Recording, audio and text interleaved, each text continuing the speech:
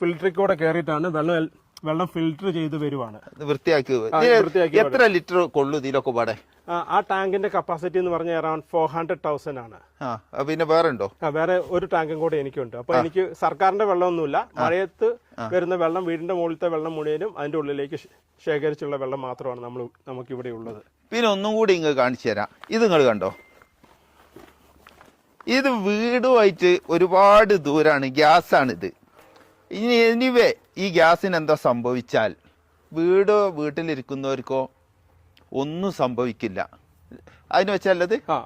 അപ്പൊ നമ്മളെ നാട്ടിലൊക്കെ കണ്ടില്ലേ, ഗ്യാസ് പൊട്ടിത്തെറിച്ച് കുട്ടികൾക്ക് മരിച്ചു എന്നൊക്കെ കേൾക്കുന്ന ആ ഒരു ബുദ്ധിമുട്ട് ഓസ്ട്രേലിയയിൽ ഉണ്ടാവും. ഇത് ഗവൺമെന്റ് ഇങ്ങനെ തന്നെ ചെയ്യണമെന്ന് പറഞ്ഞാണോ? ആണല്ലേ. ഇത് നമുക്കും പ്രാവർത്തികമാക്കാവുന്നേ ഉള്ളൂ. നമ്മുടെ നാട്ടിൽ പലപ്പോഴും വീടിന്റെ ഉള്ളിൽ തന്നെയാണ് ഗ്യാസ് സിലിണ്ടർ ഉള്ളത്. അപ്പം ഇനി ഉണ്ടാക്കുന്നവര് നിർബന്ധമായിട്ട് ഗ്യാസ്